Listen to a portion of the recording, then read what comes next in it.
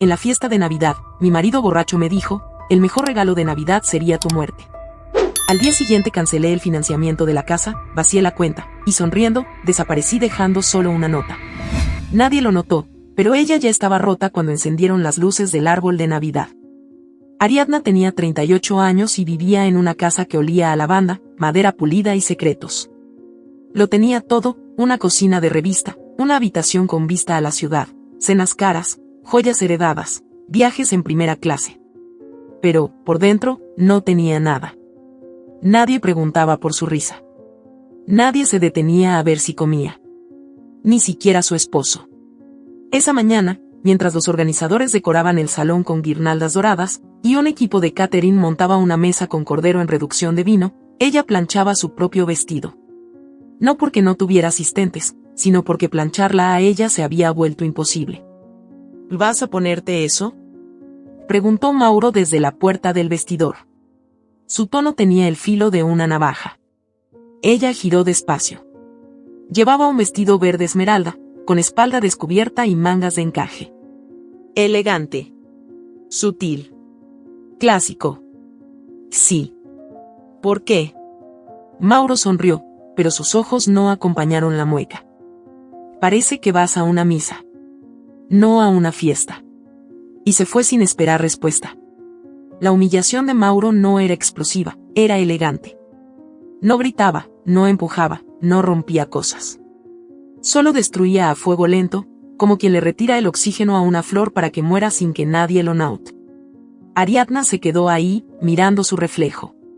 Sintió la punzada de costumbre en el pecho, ese susurro de duda que ya era parte de su rutina. ¿Y si realmente se veía mal? ¿Y si estaba exagerando? ¿Y si él tenía razón? Pero algo dentro de ella esa noche no reaccionó igual. No lloró. No se encogió. No se deshizo. Solo respiró hondo y se maquilló como si nada. Había aprendido a sonreír sin que se notara el vacío. La fiesta comenzó al atardecer. Autos de lujo llegaban uno tras otro.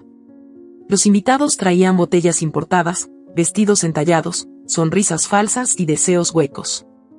Mauro, como siempre, era el anfitrión perfecto. Reía fuerte. Saludaba con seguridad. Y se paseaba del brazo de su asistente, Valeria, una joven rubia de ojos claros que parecía más cómoda en su propia piel que la misma Ariadna. ¿Y Ariadna?, preguntó una de las invitadas. Ah, sí, debe estar por ahí, respondió Mauro, mientras servía una copa a Valeria. Ariadna lo vio todo desde lejos. Sonrió para una foto. Fingió atender una llamada. Saludó a una pareja de empresarios. Todo en piloto automático. ¿Quieres que le diga a Valeria que se mantenga más discreta?, le preguntó Irene, su cuñada, en voz baja, al verla incómoda. Ariadna negó con la cabeza. Ya no tenía fuerzas para fingir que le dolía lo que le había dejado de importar. Mauro se le acercó casi al final de la noche. Ya había bebido, pero no lo suficiente como para perder el control. Se inclinó hacia ella, con la copa en la mano, como quien cuenta un chiste íntimo. El murmullo de la música envolvía todo. Nadie los escuchaba. ¿Sabes qué sería el mejor regalo de Navidad?, susurró. Ella lo miró, sin responder. Él se acercó un poco más, con una sonrisa perfecta. Y le dijo: tu muerte. Ariadna no pestañeó. No frunció el ceño. No retrocedió. Solo sonrió. Ligeramente. Como quien escucha algo irrelevante. Y en ese instante, algo cambió. Mauro se fue, sin esperar reacción. Era su costumbre, disparar y marcharse. Pero esa vez, no sintió impacto. No sintió que había ganado. Y eso lo inquietó. Ariadna se quedó en la fiesta unos minutos más. Dio vueltas por el jardín. Escuchó risas huecas. Vio a Valeria acariciar el brazo de Mauro.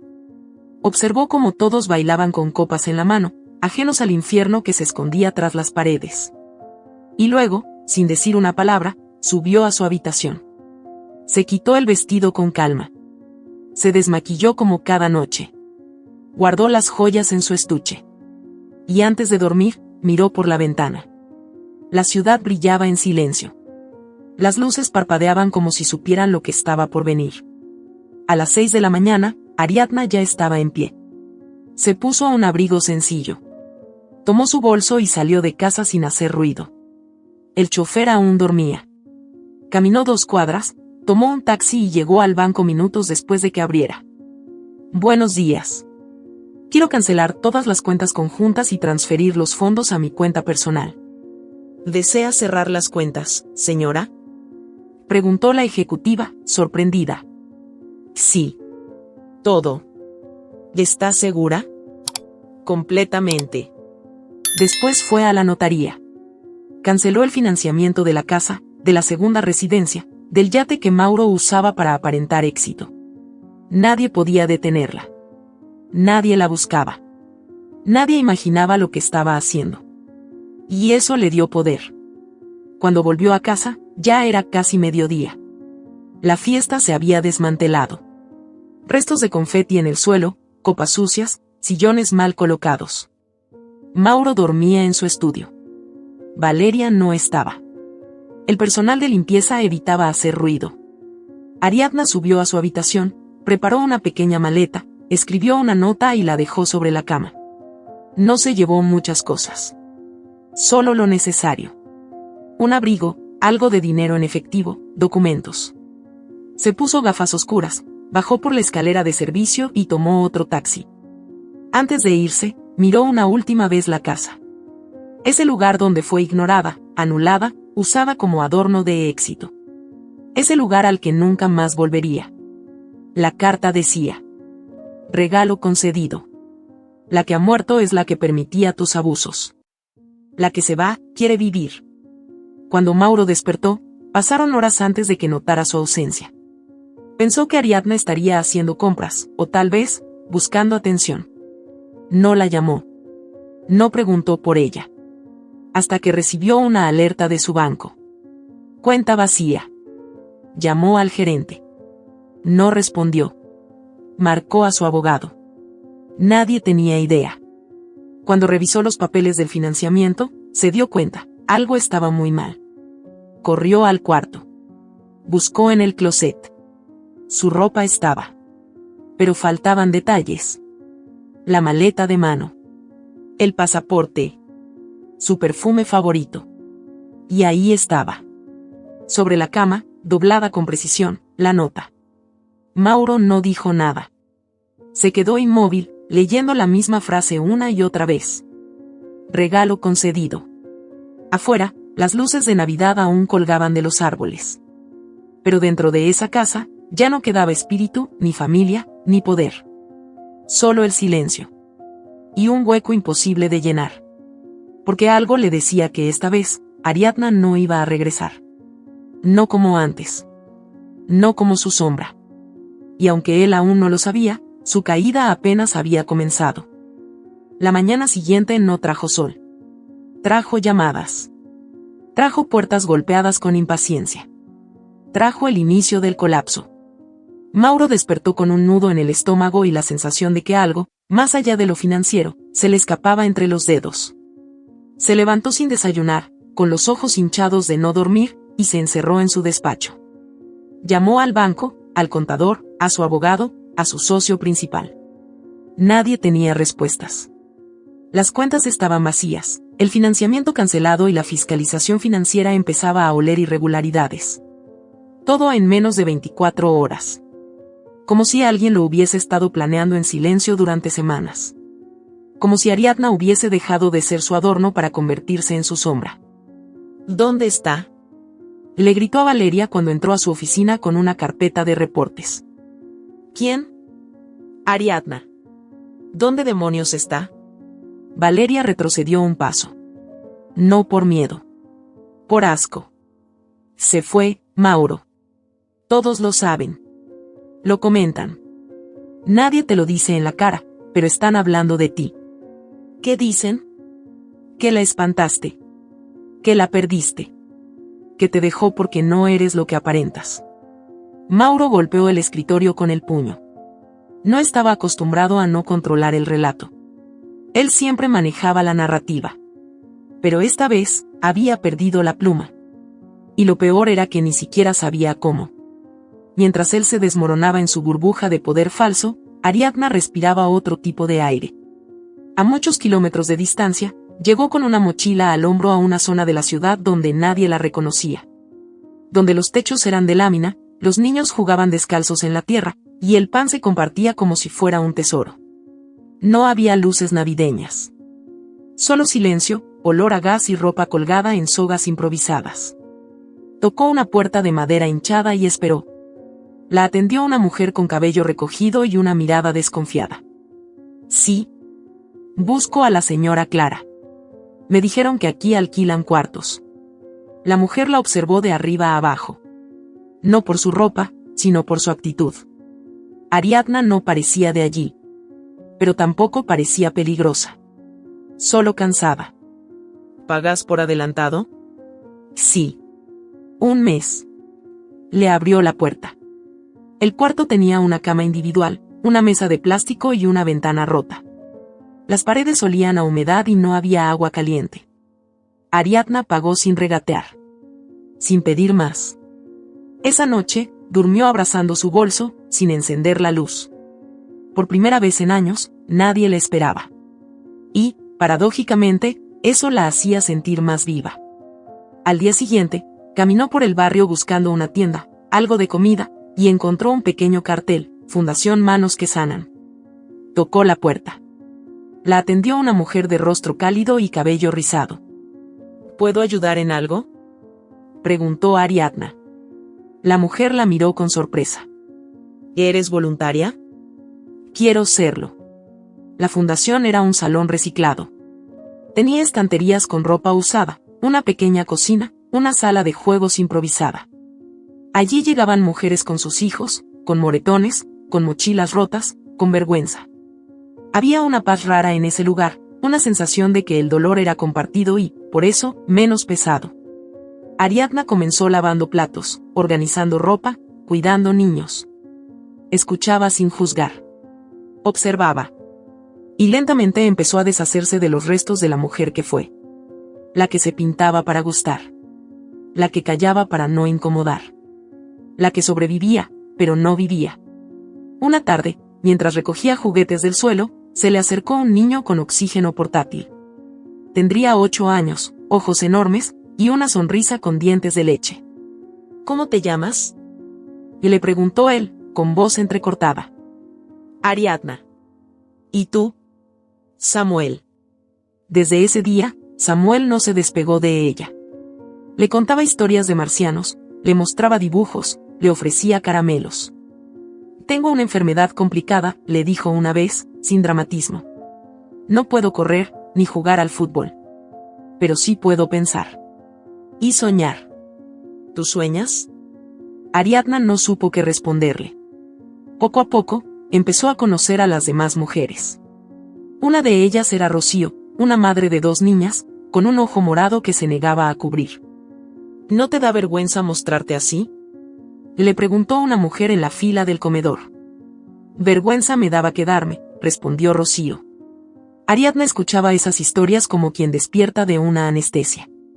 Lo que antes era invisible para ella, ahora tenía nombre, rostro, olor. Se le partía el alma al ver cómo una madre lloraba porque no tenía leche. Como una niña de 6 años cuidaba a su hermano como si fuera su hijo. Como una mujer con cáncer imploraba por una cita médica que nunca llegaba. Una tarde, Ariadna organizaba alimentos cuando escuchó una conversación en voz baja entre Clara y otra voluntaria. Y dicen que el esposo de esa señora rica, ¿cómo se llama?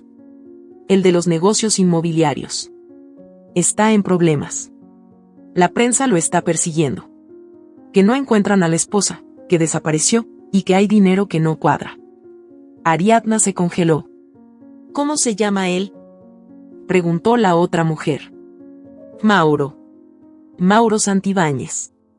Sintió un cosquilleo en el estómago. Se acercó lentamente a la televisión del comedor. La estaban encendiendo. Un noticiero local mostraba imágenes de Mauro saliendo de un edificio rodeado de reporteros. ¿Es cierto que su esposa lo dejó? ¿Por qué cancelaron el financiamiento? ¿Dónde está el dinero? ¿La empresa está en quiebra? Mauro no respondía. Caminaba como si las preguntas le rebotaran. Pero su rostro ya no era el mismo. Se notaba cansado, pálido, irritable. Ariadna bajó la vista. No por miedo. Por pena ajena. Esa noche, en su cuarto, abrió una libreta y escribió: hoy lo vi. Y ya no es tan grande.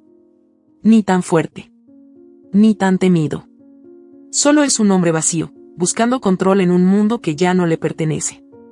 La fundación empezó a notar el cambio en Ariadna. Su sonrisa era más real. Su postura más firme. Tenía ideas, propuestas. Empezó a organizar charlas, a dar clases de cocina, a enseñar a escribir cartas formales. Tenía una voz. Y las otras mujeres comenzaron a escucharla. Rocío se le acercó un día, mientras doblaban ropa. Y no sé de dónde vienes, pero tú también estás escapando de algo, ¿verdad? Ariadna la miró. Estoy reconstruyéndome. Eso también es una forma de escapar, dijo Rocío, y se rieron. Samuel llegó con un dibujo. Mira, le dijo. Es un castillo, pero sin reyes malos. Solo una reina que sabe pelear con palabras. Ariadna lo abrazó. Pasaron semanas. Todo parecía encajar en un nuevo ritmo. Hasta que llegó una mujer nueva al refugio. Tenía el rostro demacrado, cabello rubio teñido, y los ojos llenos de vergüenza. Me llamo Valeria, dijo. Estoy aquí porque estoy sola. Ariadna tardó 5 segundos en reconocerla. La asistente. La sombra de Mauro. La mujer que se paseaba del brazo de su esposo mientras ella se quebraba por dentro. Valeria no la reconoció. El cabello de Ariadna era más oscuro. No usaba maquillaje. Su ropa era sencilla. Ariadna se quedó callada. Esa noche, Clara encendió la televisión. Un reportaje especial hablaba de Mauro. Una mujer ha declarado tener una hija de Mauro Santibáñez, la cual padece una enfermedad grave. El escándalo crece mientras el paradero de su esposa, Ariadna, sigue siendo desconocido. Ariadna tragó saliva. Valeria, desde la mesa del comedor, murmuró. Maldito Mauro. Siempre dijo que me ayudaría. Que Camila estaría bien. Que todo se arreglaría. Y ahora ni contesta. Samuel, que escuchaba en silencio, preguntó. ¿Tú también lo conocías? Valeria asintió. Mucho más de lo que debería haberlo conocido. Ariadna se levantó de la silla y salió al patio. Miró el cielo oscuro. Sintió el viento en la cara. La batalla apenas empezaba. Pero ella ya no era la misma. Y ahora, él tampoco tenía dónde esconderse. La prensa no dejaba de acosarlo. Los micrófonos lo esperaban en la puerta de cada edificio que pisaba. Las cámaras captaban cada gesto, cada suspiro forzado, cada mirada que intentaba parecer tranquila. Mauro se convirtió en un rostro incómodo para la televisión. Su sonrisa ya no convencía. Sus trajes caros se veían fuera de lugar, como si llevaran pegada a la sociedad de algo mucho más profundo que el escándalo financiero. Él no podía permitir que el relato se desmoronara. Contrató un nuevo equipo de abogados y pagó una suma absurda a una agencia de reputación digital para limpiar su imagen. Las redes comenzaron a llenarse de publicaciones que hablaban de su dolor por la desaparición de Ariadna, de su incomprensión ante la situación, de su supuesto apoyo a organizaciones benéficas. Todo mentira. Todo fabricado. Todo parte de una campaña para seguir controlando la narrativa. Pero esta vez el público no compraba el cuento tan fácilmente. Ariadna observaba desde lejos. En el pequeño comedor de la fundación, cada noche, miraba la televisión junto a Clara, Rocío, Samuel y Valeria. Nadie sospechaba quién era en realidad. Su rostro, sin maquillaje y con el cabello recogido, no parecía el de la mujer de las revistas. Y eso la protegía. Valeria no hablaba mucho. Se mantenía ocupada lavando ropa, preparando comida, organizando medicinas. Pero una noche, cuando creía que nadie le escuchaba, rompió su silencio. No puedo más, dijo de repente, mientras limpiaba una mesa. Siento que estoy explotando por dentro. Clara la miró con curiosidad. ¿Qué te pasa? Camila está peor, respondió con voz quebrada. No tengo dinero para pagar los tratamientos. Mauro no responde mis mensajes. No contesta llamadas. Solo me manda abogados. Dice que lo va a resolver, pero no hace nada. Yo no quería que esto se supiera, pero ya está en los medios. Ya todos saben que tengo una hija con él. Las demás mujeres se miraron entre sí. Ariadna no dijo nada, pero su pecho ardía. ¿Tienes una hija con Mauro Santibáñez? Preguntó Rocío, sin disimular su sorpresa. Sí. La tuve cuando trabajaba con él. Yo era joven, tonta, me prometió muchas cosas. Que iba a dejar a su esposa, que íbamos a viajar, que todo era amor real. Yo le creí. Luego quedé embarazada. Me dijo que me apoyaría, que mantuviera todo en secreto, que lo haría bien. Y así lo hice. Camila creció sin saber quién era su padre. Ahora está enferma. Y él solo se esconde. Como si todo esto fuera un inconveniente para su agenda. ¿Qué tiene la niña? Preguntó Ariadna, sin mirarla directamente. Leucemia. Es agresiva. Ya perdió el cabello. Está agotada. Yo no sé cómo seguir. La sala quedó en silencio. Solo se oía el goteo de una llave mal cerrada. Y él no va a ayudarte, dijo Ariadna, finalmente. Ese tipo solo actúa cuando le conviene. Y cuando lo hace, es porque planea sacar provecho. Valeria levantó la vista.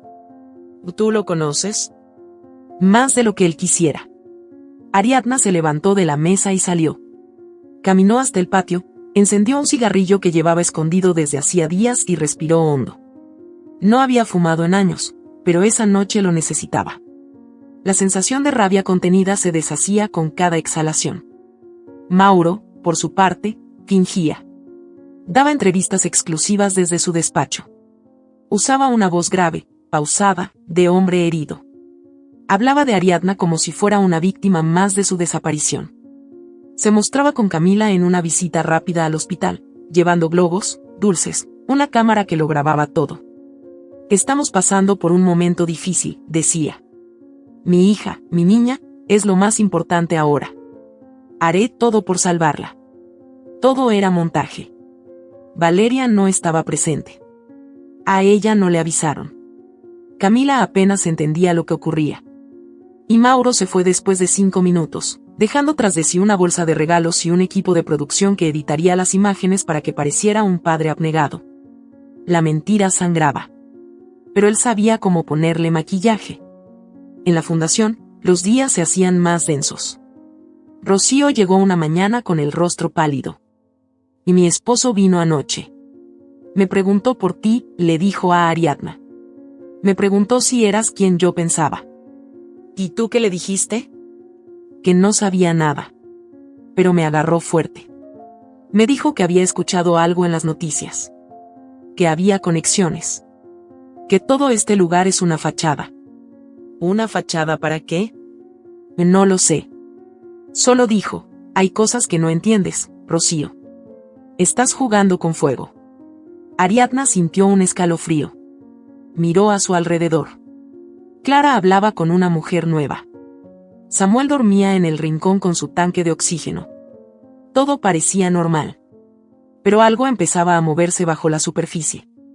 Esa misma noche, Rocío no regresó. No contestó llamadas. No apareció al día siguiente. Nadie sabía nada. Y tal vez se fue con sus hijas, dijo Clara. Tal vez tuvo miedo. Pero Ariadna sentía otra cosa. No era miedo. Era advertencia.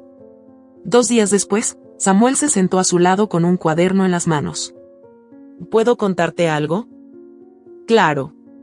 Mi papá era amigo de un hombre muy rico. Trabajaban juntos. Pero un día, mi papá murió en un accidente. Me dijeron que fue el coche. Que se desvió. Pero yo sé que algo no está bien. Él no tomaba. No corría. Tenía miedo de algo. Unas semanas antes, me dijo que si le pasaba algo, cuidara a mamá. Ariadna lo escuchó en silencio. ¿Cómo se llamaba tu papá? Y Germán Paredes. El nombre la golpeó como un ladrillo. Germán Paredes había sido uno de los primeros socios de Mauro en su empresa de bienes raíces. Desapareció del mapa hacía años. Se decía que había vendido su parte. Que se fue a otro país. Que se alejó por decisión propia. Ariadna sintió que todo se conectaba. Mauro. Valeria. Germán. Samuel. Rocío. Las piezas no estaban sueltas. Solo estaban ocultas. ¿Y tu mamá? Y murió también. Pero no fue en casa.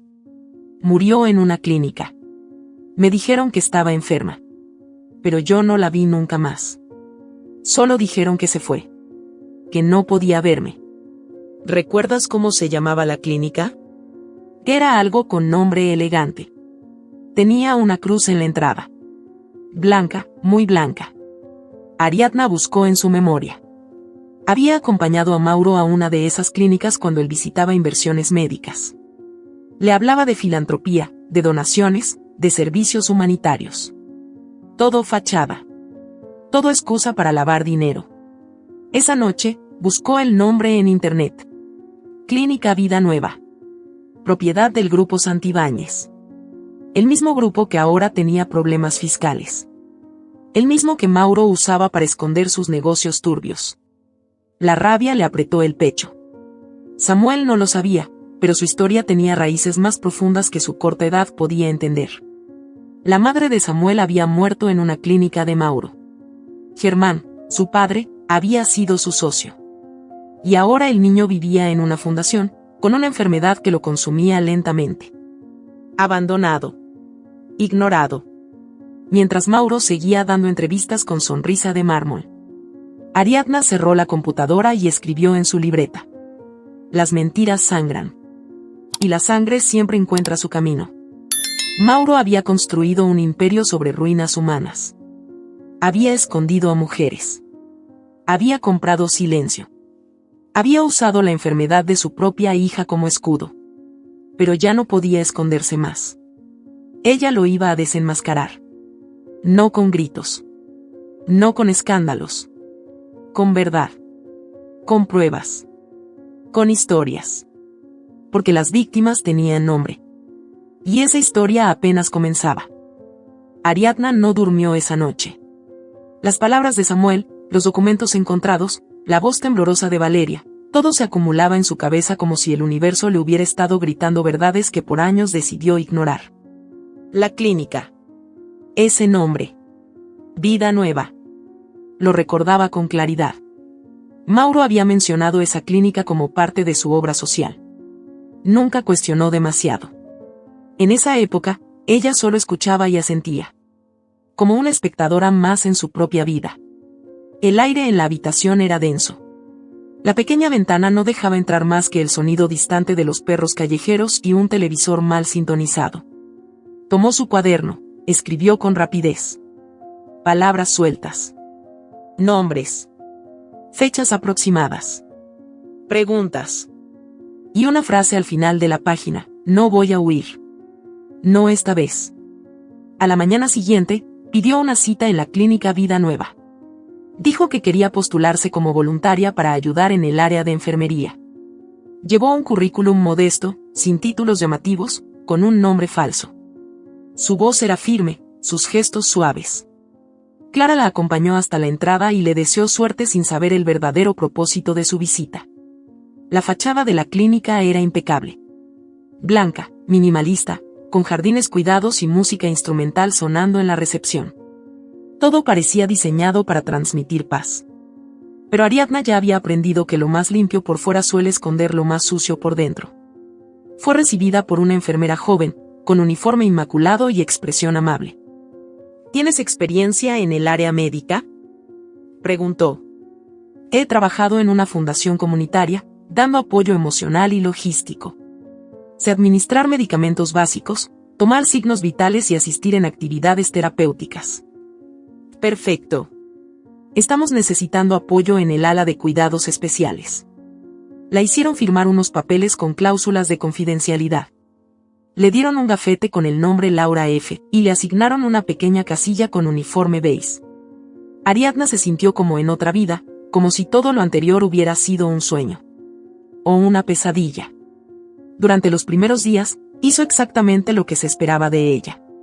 Sonreía. Asistía en tareas menores. Llevaba bandejas con comida. Ayudaba a pacientes a caminar por los pasillos. Y en silencio, observaba. Había áreas restringidas. Puertas con códigos. Archivos cerrados. Todo demasiado blindado para ser solo una clínica de rehabilitación. Los pacientes eran en su mayoría adultos mayores. Algunos en buen estado, otros completamente desconectados de la realidad. Pero algo llamó su atención desde el primer día: no todos estaban enfermos. Algunos parecían perfectamente lúcidos, pero sedados. Como si alguien los mantuviera en pausa. A la semana, Ariadna se hizo amiga de una enfermera llamada Beatriz. Una mujer mayor, amable, de caminar lento y voz baja. ¿Sabes cuántos pacientes llevan aquí más de 10 años? Le susurró en un pasillo. ¿10 años? Preguntó Ariadna, fingiendo sorpresa. ¿O más? Algunos no tienen familia. Otros, bueno, otros sí tienen, pero no quieren que salgan.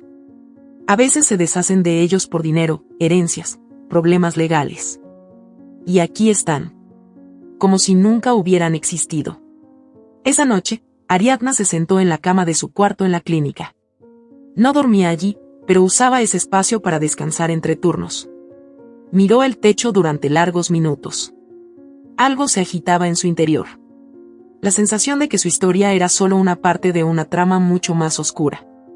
Al tercer día, Beatriz le entregó un sobredoblado.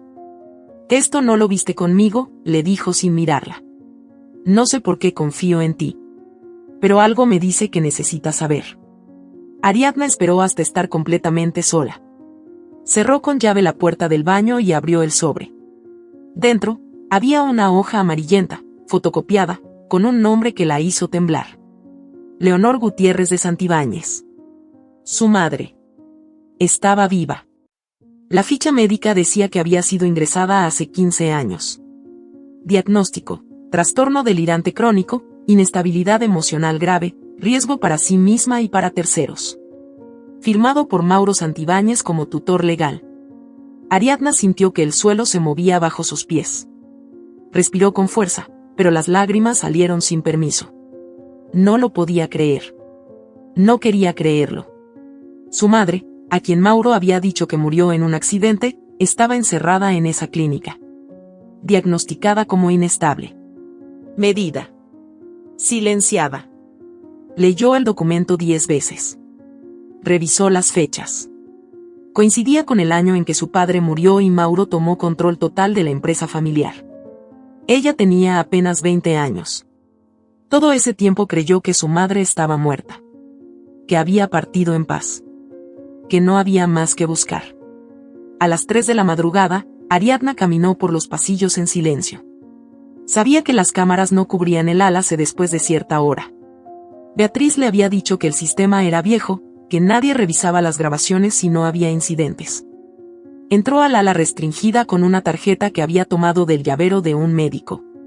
Sus pasos eran livianos, pero su corazón golpeaba como si quisiera escapar de su pecho. Buscó habitación por habitación hasta encontrarla. Habitación 218. Abrió la puerta lentamente. La luz de una lámpara tenue reveló una figura delgada, de cabello gris, sentada en una silla junto a la ventana. Miraba hacia afuera, sin moverse. No llevaba bata. Su ropa era simple, pero limpia. Sus manos reposaban sobre el regazo. Ariadna se acercó sin decir palabra. La mujer giró el rostro con lentitud. Sus ojos estaban claros, vivos, llenos de algo que no supo identificar. Cuando la vio, no dijo nada. Solo la miró. «Mamá», susurró Ariadna, apenas audible. La mujer parpadeó. Un movimiento sutil. Nada más. «¿Y eres tú?», preguntó Leonor, con voz seca. «Sí. Soy yo. Ariadna». Un silencio espeso llenó la habitación. Sabía que vendrías. Tarde o temprano. Él no pudo esconderlo todo. Ariadna cayó de rodillas junto a ella.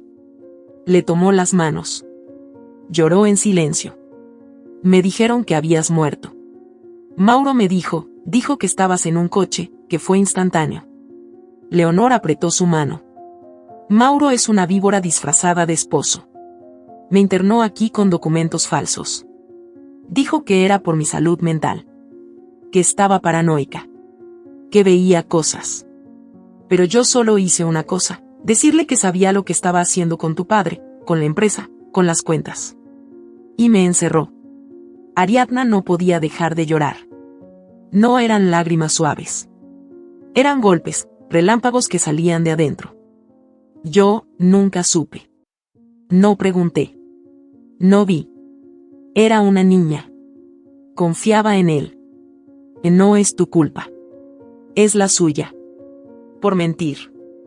Por manipular. Por robarte la verdad. Estuvieron abrazadas durante varios minutos. Sin palabras. El tiempo no se podía recuperar. Pero había algo más fuerte que eso, la certeza de que no todo estaba perdido. Antes de irse, Ariadna le prometió que volvería. Que la sacaría de allí. Que la historia no iba a terminar con silencio. Al día siguiente, pidió una semana de licencia en la clínica.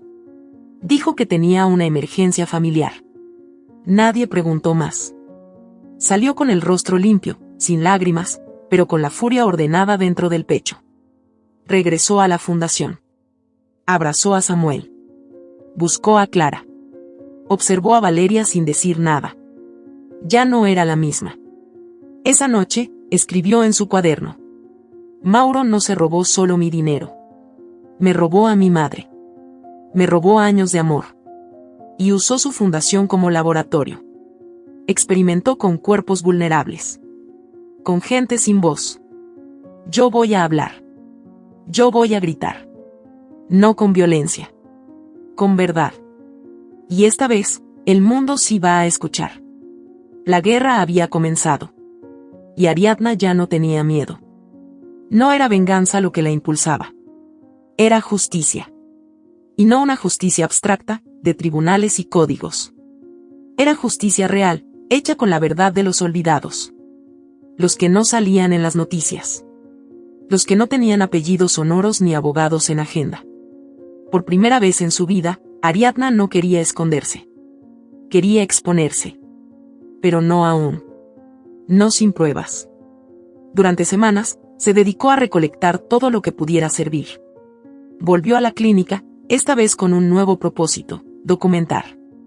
Con ayuda de Beatriz, la enfermera que la había introducido en los secretos del lugar, logró entrar al archivo físico de pacientes. Un sótano oculto tras una puerta sin identificación, donde dormían miles de carpetas médicas, fichas de ingreso, informes de tratamientos y documentos con firmas que se repetían demasiado seguido. Beatriz solo le dio 10 minutos. No más. Ariadna tomó fotos con su teléfono viejo, sabiendo que cada imagen podía significar una vida silenciada. Encontró nombres de mujeres desaparecidas, niños sin historial familiar, pruebas médicas que nunca debieron haberse realizado, dosis de fármacos experimentales y, lo más escalofriante, contratos firmados por supuestos familiares autorizando los procedimientos. Todo bajo el sello de la Fundación Santibáñez. Una noche, de regreso en su cuarto en la fundación, abrió una carpeta que llevaba días evitando. El expediente completo de su madre. Fotografías incluidas. Firmas de médicos que nunca conoció. Informes psiquiátricos tan manipulados que resultaban grotescos. Leonor no estaba enferma. Solo era incómoda. La siguiente fase fue más compleja. Ariadna empezó a grabar testimonios. A escondidas. Usando una pequeña grabadora oculta en su bolso. Las entrevistas eran íntimas. Dolorosas. Algunas mujeres hablaban por primera vez en años. Otras solo aceptaban hacerlo si sus nombres no eran revelados. Valeria fue una de las primeras en hablar. Mauro me pidió abortar cuando le dije que estaba embarazada. Me ofreció dinero. Dijo que no quería escándalos. Cuando me negué, me aisló. Me quitó el trabajo. Me dejó sin nada. Lo único que aceptó fue pagar una clínica para el parto, y hacerme firmar un acuerdo de silencio. ¿Sabías lo que hacía con la fundación? Sabía que algo no cuadraba. Entraban personas sin nombre. Salían menos de las que entraban. Vi niños con medicamentos que no estaban aprobados. Mujeres con efectos secundarios severos. Pero yo me callé. Tenía miedo. Y tenía una hija que mantener. Rocío también dejó su testimonio. Había vuelto a la fundación luego de desaparecer varios días. Tenía marcas en los brazos. Ojos apagados. Pero volvió decidida. Mi esposo trabajaba con uno de los laboratorios que usaban las clínicas de Mauro. Descubrió irregularidades. Cuando lo enfrentó, lo despidieron. A mí me golpearon para silenciarme. Me amenazaron con quitarme a mis hijas. Por eso me fui. Pero ya no tengo miedo. Samuel grabó su testimonio en dibujos. No sabía escribir bien, pero pintaba como si su alma lo guiara. Hizo una serie de dibujos con crayones que mostraban hospitales, agujas, caras sin ojos, figuras grises. Ariadna los escaneó todos y los guardó. Con todo el material recolectado, creó un canal en YouTube. Usó un seudónimo, La Voz Silenciada. El logo era simple, un rostro femenino con la boca cubierta por una venda rota. No dio su nombre. No mostró su rostro. El primer video fue directo, grabado en off con su voz apenas distorsionada. Hay historias que no caben en los tribunales. Hay crímenes que no dejan sangre, pero sí cicatrices. Esta es la historia de un hombre poderoso. Un filántropo. Un empresario. Un monstruo. El video incluía fragmentos de los testimonios, imágenes de los documentos, audios distorsionados. Nada sensacionalista. Todo real. Todo con evidencia. En las primeras 24 horas, el video tuvo 1000 visitas. Luego 10.000. Luego 100.000. Las redes comenzaron a arder. Algunos creían. Otros dudaban. Pero todos hablaban. Y eso era lo importante. Publicó un segundo video. Luego un tercero. En uno de ellos, mostraba por primera vez el nombre, Mauro Santibáñez. Sin filtros. Sin protección. Fue cuestión de tiempo para que los medios se interesaran. Primero los alternativos.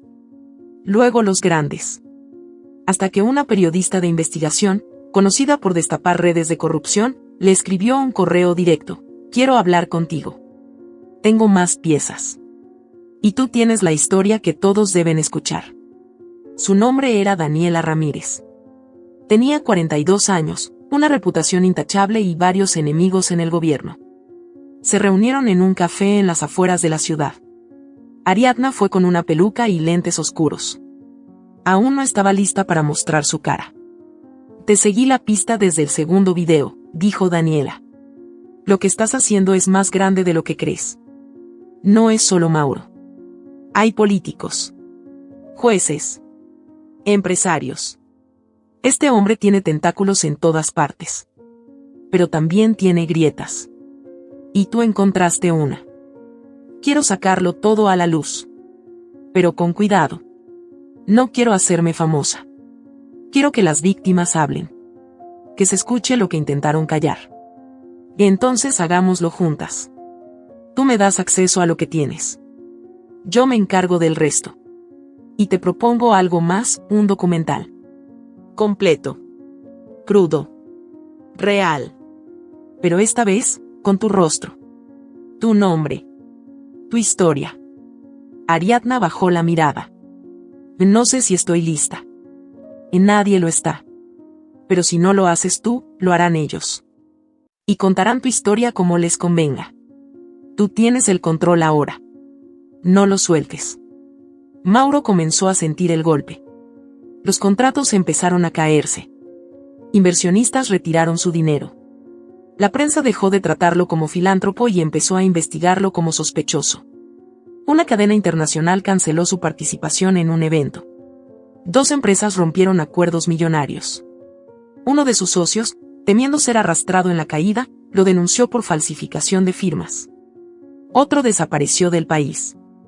Valeria, al ver que ya no tenía nada que perder, decidió dar la cara. Grabó un video desde la fundación, con Camila a su lado. Soy Valeria López. Fui pareja de Mauro Santibáñez. Nuestra hija está enferma. Él la usó para limpiar su imagen. Y luego desapareció. No paga sus tratamientos. No llama. No pregunta. Este es el hombre que dice amar a su familia. El video se viralizó en cuestión de horas. Camila, pálida y sin cabello, se convirtió en un símbolo de la injusticia. Miles de personas donaron para sus medicinas. Programas de televisión la invitaron. Una fundación internacional ofreció apoyo. Y Ariadna seguía esperando. Sabía que su momento estaba cerca. Esa noche, Daniela la llamó por videollamada. No hubo introducción. Solo una pregunta. ¿Estás lista? Ariadna la miró fijamente. Respiró hondo. Y dijo: vamos a hacerlo. Quiero contar mi historia. Completa. Con nombre. Con rostro. Sin miedo. Daniela sonrió. El despertar de la voz silenciada ya no tenía vuelta atrás. Y esta vez, el mundo no podría ignorarla. El documental se tituló El silencio de las ricas, un nombre irónico, potente, diseñado para quebrar la imagen inmaculada de quienes usan el poder para tapar crímenes bajo donaciones y fundaciones benéficas. Fue estrenado en una plataforma internacional, pero también subido de forma libre en YouTube. No había publicidad. No había patrocinadores. Solo verdad, sin maquillaje, sin cortes innecesarios. La historia se desarrollaba en capítulos. El primero comenzaba con la imagen de Ariadna, en primer plano, mirando a cámara. Sin lágrimas, sin maquillaje, sin edición. Solo ella. Por primera vez completa.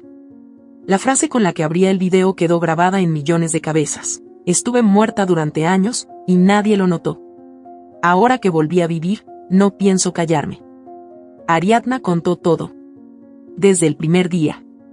Desde la noche de Navidad, hasta la desaparición, el barrio, la fundación, la clínica, los experimentos, la mentira. Daniela, la periodista, había hecho un trabajo impecable. No solo había documentado el testimonio de Ariadna, también había conseguido registros legales, cruces de datos, expedientes clínicos, testimonios de víctimas y hasta una entrevista encubierta con un antiguo médico de la Fundación Santibáñez. Todo estaba expuesto. No había forma de desmentirlo. La reacción fue inmediata. Redes sociales estallaron, canales de opinión, tertulias políticas. Todos hablaban de ella. El nombre de Mauro Santibáñez pasó de ser sinónimo de empresario exitoso a símbolo de corrupción, violencia estructural y abuso de poder. Los titulares de los periódicos cambiaron de tono. Ya no hablaban de un matrimonio roto o una esposa desaparecida, sino de crímenes. Crímenes disfrazados de filantropía. Crímenes que llevaban años impunes. Mauro vio el documental desde su oficina, encerrado, con el rostro desencajado. El teléfono no dejaba de sonar. Mensajes, correos, alertas. Sus socios lo abandonaban uno por uno. Los contratos se cancelaban. Las inversiones se congelaban. Su abogado principal renunció al caso públicamente. Y luego vino lo que menos esperaba, la filtración. Una llamada telefónica, de esas que él mismo había ordenado grabar para protegerse, salió a la luz. Una conversación entre él y uno de sus asesores, donde decía claramente: lo único que me detiene de matarla es la prensa. Si no existieran cámaras, ya la habría hecho desaparecer. De una vez por todas. La llamada fue difundida por todos los noticieros.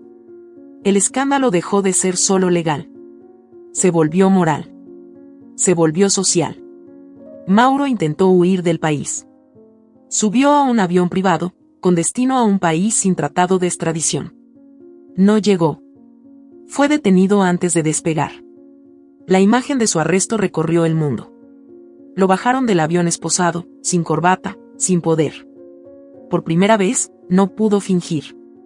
Ariadna lo vio por televisión. No sintió alegría. Tampoco pena. Sintió un vacío extraño, como si una parte de su historia se cerrara sola. Como si ya no le perteneciera. Pero aún había algo que no podía dejar sin hacer.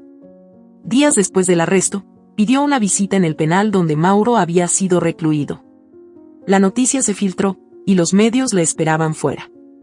Ella entró sin hablar. Vestía sencillo. Nada de marcas, nada de joyas. Solo una mujer frente a un hombre al que había amado, temido, soportado y enfrentado. Mauro estaba del otro lado del cristal. Más delgado. Ojeroso. Pero aún con ese aire de arrogancia apenas disimulado. «Así que aquí estás», dijo él, sin saludar. ¿Contenta? Ariadna lo observó sin parpadear. No vine a buscar satisfacción. Vine a decirte lo que nunca dije.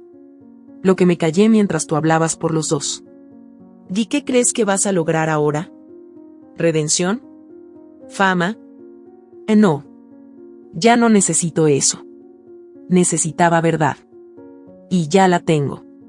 Tú también, aunque no la reconozcas.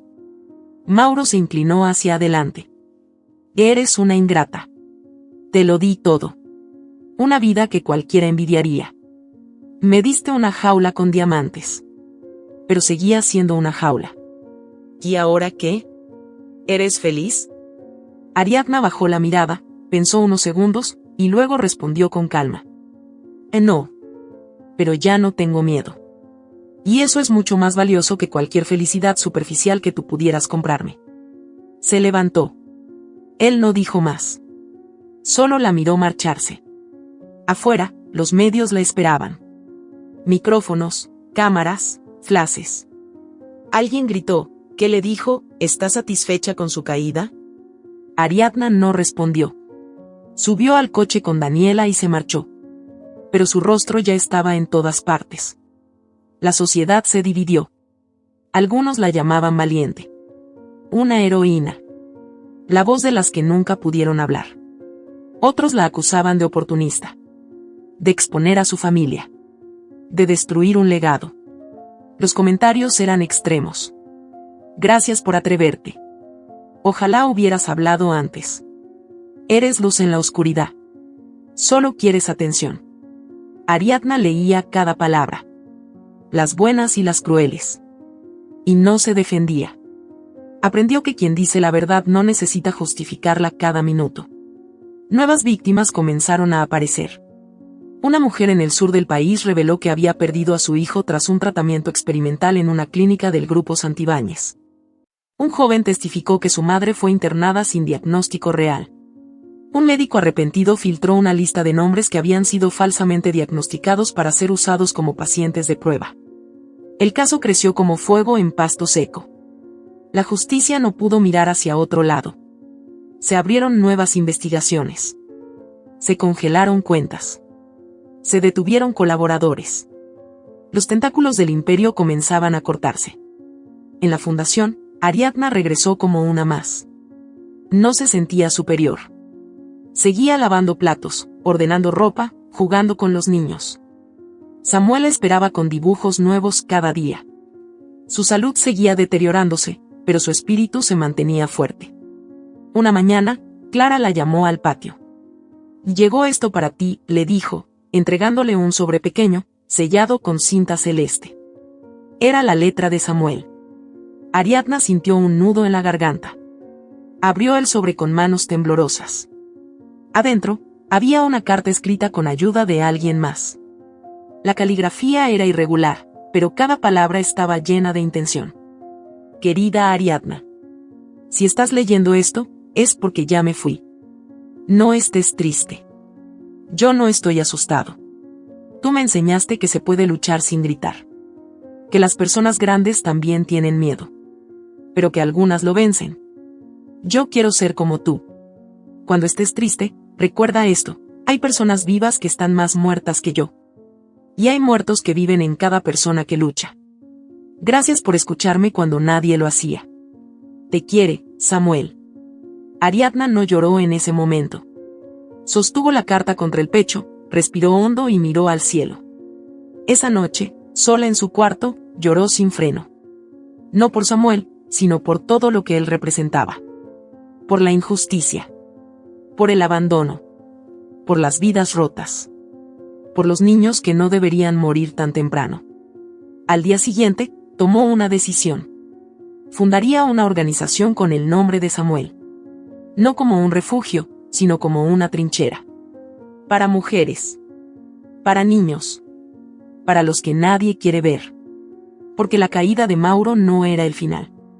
Era apenas el principio de algo mucho más grande. Y ella, por primera vez, estaba lista para liderarlo. Ariadna sabía que no se trataba de castigar a un hombre, ni de limpiar un apellido, ni siquiera de redimirse por haber callado tanto tiempo. El objetivo era otro. Más profundo. Más humano. Se trataba de darlos a quienes siempre vivieron en la sombra. Demostrar que las heridas podían transformarse en trincheras. Que el dolor, bien canalizado, era una fuerza tan poderosa como cualquier imperio. Los días siguientes a la muerte de Samuel fueron duros. La fundación entera parecía envuelta en un silencio extraño, como si la ausencia de su risa hubiera dejado suspendido el aire. Las mujeres evitaban hablar demasiado. Los niños jugaban sin tanta energía. Clara lloró a solas en la cocina. Valeria pasó la noche sentada en la entrada, abrazada a Camila. Ariadna no lloró en público. Se encerró con la carta entre las manos y se permitió sentir en silencio. Cuando la leyó en voz alta por primera vez, su voz tembló. A veces, los que sufrimos no buscamos venganza, solo queremos que alguien nos vea. Releyó la frase muchas veces. Era tan sencilla, y tan brutalmente cierta. Eso había sido todo. Samuel no pidió justicia, ni venganza, ni milagros. Solo pidió ser visto. Ser escuchado. Ser reconocido como algo más que un diagnóstico. Más que un número. Y ella se lo había dado. A su manera, había cumplido. En honor a eso, y a cada niño y mujer que había cruzado su camino, Ariadna decidió fundar una organización. La llamó Fundación Samuel. No tenía grandes oficinas. Comenzó en el mismo local de la fundación comunitaria, con las mismas sillas, las mismas ollas viejas, los mismos colchones donados. Pero tenía un nombre nuevo. Y una misión clara, dar visibilidad a los invisibles. Su historia se había viralizado. El documental seguía sumando reproducciones, pero ella decidió alejarse de las cámaras. Rechazó entrevistas, contratos editoriales, ofertas para escribir libros o protagonizar películas. No quería convertirse en una celebridad del dolor. No necesitaba ser admirada. Solo quería ser útil. Cada semana recibía cartas. Mujeres que le contaban sus historias. Algunas querían justicia. Otras solo pedían que alguien las escuchara. Personas de países lejanos, de barrios olvidados, de ciudades con nombres imposibles de pronunciar. Había una red de sufrimiento global, y también una red de esperanza. Porque cada historia compartida encendía otra. Camila, la hija de Mauro, logró entrar en remisión. El tratamiento experimental que recibió gracias a las donaciones había dado resultado. Su cabello comenzaba a crecer, delgado y rizado. Sus ojos ya no estaban apagados. Valeria, aunque cansada, volvió a sonreír. Un día, Camila se acercó a Ariadna mientras organizaban cajas con alimentos. ¿Te puedo pedir algo? Lo que quieras. ¿Puedo ayudar en la fundación? Pero no como niña enferma. Quiero ayudar como alguien útil. Ariadna la miró con ternura. Desde hoy eres nuestra embajadora. No porque fuiste víctima, sino porque sobreviviste. Y eso ya es una forma de lucha. Camila se convirtió en la imagen visible de la fundación. Su voz en conferencias, su rostro en campañas, su historia como bandera. Hablaba con una madurez que desarmaba a los adultos, con una claridad que cortaba el ruido de los discursos políticos. No hablaba de su padre. No lo nombraba. No hacía falta. Ariadna, por su parte, eligió el anonimato consciente. Regresó a vivir a un barrio sencillo, alquiló un pequeño apartamento con una terraza que daba al mar. No colgó cuadros caros. No compró muebles de diseño. Tenía lo justo. Una mesa de madera, una cama firme, una estantería llena de libros subrayados. Y su libreta. Cada noche escribía en ella. No para publicar. Para recordar. Anotaba nombres, frases, fragmentos de historias que escuchaba en la fundación. A veces garabateaba pensamientos sueltos. O poemas que nadie leería. Una noche de noviembre, cuando el viento soplaba con fuerza y el mar golpeaba con rabia, Se sentó en la terraza con una taza de té y una hoja en blanco. Sintió que era el momento. Ya no necesitaba hablarle al mundo. Quería hablarse a sí misma. Escribió con calma, como si cada palabra hubiera estado esperando salir desde hace años. No morí esa Navidad. Nací. Y nunca más volveré a callar. La frase le hizo cerrar los ojos. La sintió en el pecho, en la garganta, en la piel. Era la verdad. Esa noche, frente al árbol encendido, con la frase venenosa de Mauro aún flotando en el aire, algo dentro de ella se quebró, pero no para morir, sino para renacer. No era la misma. No volvería a hacerlo. Guardó la hoja en su libreta. Se recostó en la silla y miró el cielo, sin estrellas, pero con una luna que parecía más presente que nunca.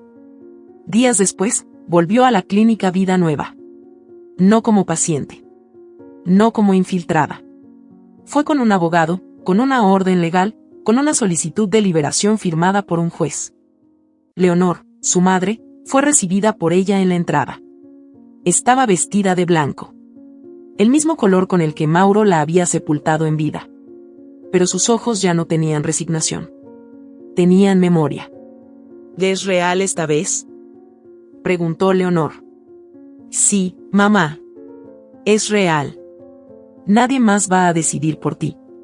La abrazó con fuerza. El abrazo que les robaron durante 15 años. Ninguna de las dos dijo más. No hacía falta. Instalaron a Leonor en una pequeña casa, cerca de la playa. Era discreta, tranquila. Con un jardín donde ella podía plantar flores, como le gustaba cuando Ariadna era niña. Cada semana recibía la visita de Camila, de Valeria, de Clara. A veces se sentaba con los niños de la fundación a contar historias inventadas. Otras simplemente tejía en silencio. Como si estuviera remendando los hilos del tiempo. El juicio contra Mauro se alargó. Su defensa intentó declararlo mentalmente inestable. No funcionó. Las pruebas eran muchas. Los testimonios abrumadores. Fue condenado a 32 años de prisión por delitos de fraude, experimentación médica ilegal, abuso de poder y tentativa de homicidio. Durante la sentencia, Ariadna no asistió. Lo vio por televisión, desde su sala, con una manta sobre las piernas y un cuaderno en las manos. Cuando el juez leyó la pena, cerró los ojos y susurró una palabra: basta. Era el final de una historia. Y el comienzo de otra. Pasaron los meses. La fundación creció. Recibió apoyo internacional. Se abrieron nuevas sedes. Se formaron alianzas con organizaciones de derechos humanos, centros de salud, universidades. Pero Ariadna se mantuvo en su lugar. No quería ser directora. Ni símbolo. Ni figura pública. Quería seguir entre la gente. Escuchando. Tocando el dolor sin miedo. Sembrando silencios que dieran fruto. En una carta que escribió a modo de cierre, dirigida a nadie en particular, dejó sus últimas palabras públicas. Daniela la leyó en un evento de la fundación. La voz de la periodista tembló por momentos, pero no se quebró. Todos tenemos una historia que duele. Algunos la esconden. Otros la gritan. Yo aprendí a caminar con la mía. Me dijeron que era débil por sentir tanto. Que era dramática por no callar. Que era ingrata por señalar. Pero no nací para adornar la mentira. Nací para desenterrar la verdad. A quienes hoy están sufriendo en silencio, solo quiero decirles esto: no estás sola. Y aunque nadie más te escuche, escúchate tú. Tu historia importa. Tu dolor importa. Tu vida importa. El silencio no es paz. Es solo miedo disfrazado. Y tú no fuiste creada para temer. Fuiste creada para brillar, aunque duela. Ariadna no fue a ese evento. Estaba en casa, sentada frente al mar, escribiendo otra carta. Esta vez, para Samuel. Te prometí que seguiría. Y aquí estoy. A veces me siento cansada. A veces quiero dejarlo todo. Pero entonces recuerdo tu risa. Tus dibujos. Tu mirada llena de preguntas. Y me levanto. Porque aún quedan muchos que necesitan ser vistos. Y yo, aún tengo mucho por ver. El mar rugía frente a ella. El mismo mar que había visto cuando escapó. El mismo que ahora la recibía sin miedo. Cerró la libreta. Se quedó en silencio. Y sonrió. No era felicidad. Era libertad. ¿Qué te ha parecido esta historia? Hay muchas personas que, como Camila, están viviendo batallas silenciosas todos los días. Nuestra esperanza es que su voz también haya resonado dentro de ti. Si esta historia tocó tu corazón, compártela. Haz que más personas se sientan acompañadas. Sé parte del cambio. Cuéntanos en los comentarios, ¿qué habrías hecho tú en su lugar? ¿Desde qué ciudad nos estás viendo? Leerte nos hace sentir más cerca de ti. Y si aún no lo has hecho, dale like, suscríbete y activa la campanita. Cada gesto tuyo es una señal de que estas historias deben seguir contándose. No te vayas todavía, ya está apareciendo en tu pantalla nuestra próxima historia conmovedora. Haz clic en cualquiera de ellas y sigue explorando este universo de relatos reales, conmovedores y necesarios. Gracias por estar aquí. Gracias por sentir con nosotros. Te mandamos un abrazo enorme, donde sea que estés. Nos vemos en el próximo video.